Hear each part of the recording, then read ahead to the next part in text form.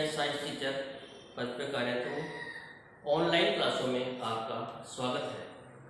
कक्षा 10 विज्ञान पाठ 10 का एक अगला चैप्टर है विद्युत धारा का तापीय प्रभाव। विद्युत धारा का तापीय प्रभाव यानी किसी भी चालक तार में धारा प्रवाहित की जाती है तो वो चालक तार गर्म हो जाता है और वो गर्म होना क्या कहलाएगा? विद्युत धारा का तापीय प्रभाव। ये कक्षा 6, 7, 8, 9 तक पढ़ लिया हमने। अब उसमें उससे संबंधित जो प्रभाव है विद्युत धारा के तापीय प्रभाव से कुछ नियम है। एक नियम बना है जूल का तापन नियम। जूल का तापन नियम 3 बातों पर आधारित है।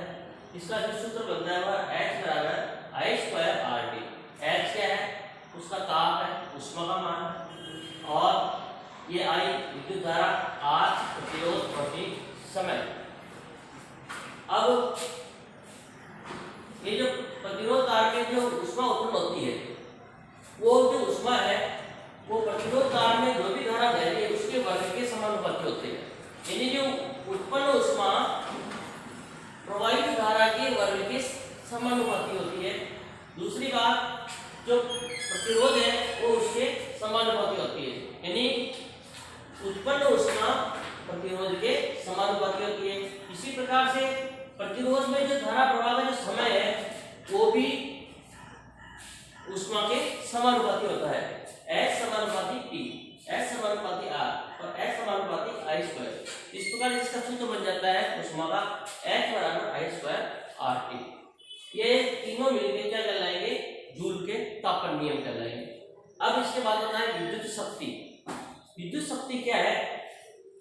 किसी विद्युत परिपथ में धारा प्रवाहित करने पर प्रति सेकंड किया गया कार्य। किसी भी परिपथ के अंदर, किसी भी सर्किट के अंदर प्रति सेकंड धारा प्रवाहित होती है तो प्रति सेकंड में धारा प्रवाह से जो भी कार्य होता है वो सारा कार्य क्या कहलाएगा? शक्ति कहलाता है। और शक्ति का मात्रक है वाट। शक्ति का मात्रक वाट। और इसको दूसरे नियम में भी कह सकते हैं हम।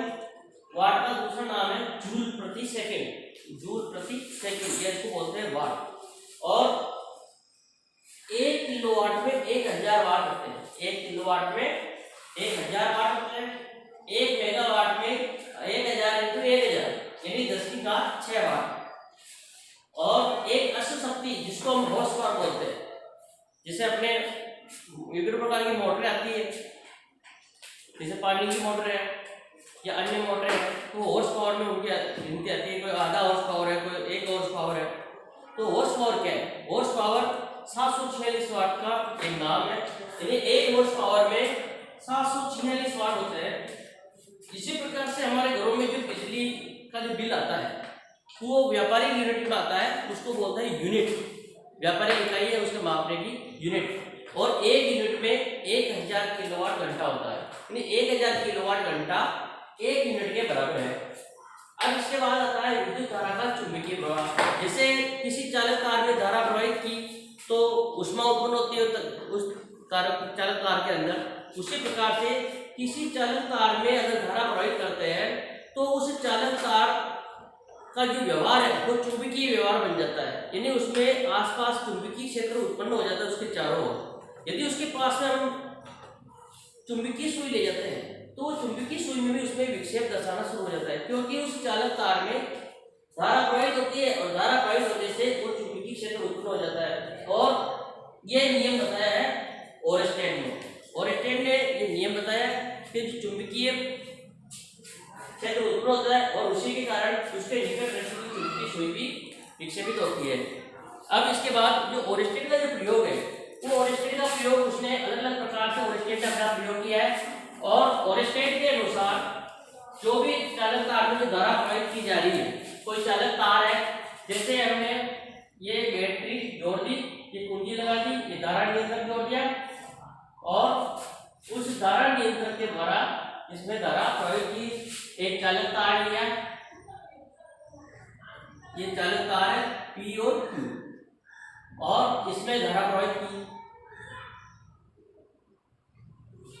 ये RH धारा नियंत्रक, ये कुंजी K है। अब इसमें धारा प्रवाहित की। इसके पास में हमने एक चुंबकीय सुई को रख दिया। जब तक इसके अंदर धारा प्रवाहित नहीं हो रही, जैसे हमने कुंजी को ऑन नहीं किया, स्विच ऑन नहीं किया, तो उस समय धारा प्रवाहित नहीं होगी। धारा प्रवाहित नहीं होगी तो चुंबकीय सूर्य में किसी प्रकार का विक्षेप नहीं आएगा। लेकिन जब इसके अंदर धारा प्रवाहित करते हैं, प्लस वाले सिरे से इसमें धारा प्रवाहित की, तो जो इसमें धारा प्रवाहित होगी तो चुंबकीय सूर्य में विक्षेप आएगा और ये विक्षेप की दिशा इधर हो जाएगी। दूसरी कंडीशन, पहली कंडीशन जिसमें धारा प्रवाहित नहीं की तो चुंबकीय सूर्य में कोई विक्षेप नहीं आया। दूसरी कंडीशन है जब इसमें धारा प्रवाहित की तो चुंबकीय सूर्य में विक्षेप आया। अब इसके बाद उसने तीसरी बार में क्या किया कि उसने धारा का मान बदल दिया और अब उसने प्लस वाला सिरा इधर रखा और माइनस वाला सिरा इधर रखा। अब धारा की जो दिशा है वो धारा की दिशा चेंज हो जाती है, धारा की दिशा बदल गई। अब जो ही धारा की दिशा बदल जाती है तो धारा की दिशा बदल जाएगी तो उसमें विक्षेप की दिशा भी बदल जाएगी। इस प्रकार से चुंबकीय सूर्य उसमें विक्षेप की दिशा भी बदल जाती है और यह है विद्युत धारा का चुंबकीय प्रभाव। अब इसके बाद विद्युत धारा का जो चुंबकीय प्रभाव समाप्त होने के बाद आता है चुंबकीय क्षेत्र की दिशा ज्ञात करने के नियम। अब चुंबकीय क्षेत्र की जो दिशा है उसको ज्ञात करने के दो नियम है, एक तो होता है दक्षिणावर्त पेच का नियम और एक है दक्षिण अक्ष का नियम। दक्षिणावर्त पेच का नियम और दक्षिण अक्ष का नियम, ये दो नियम है। दक्षिणावर्त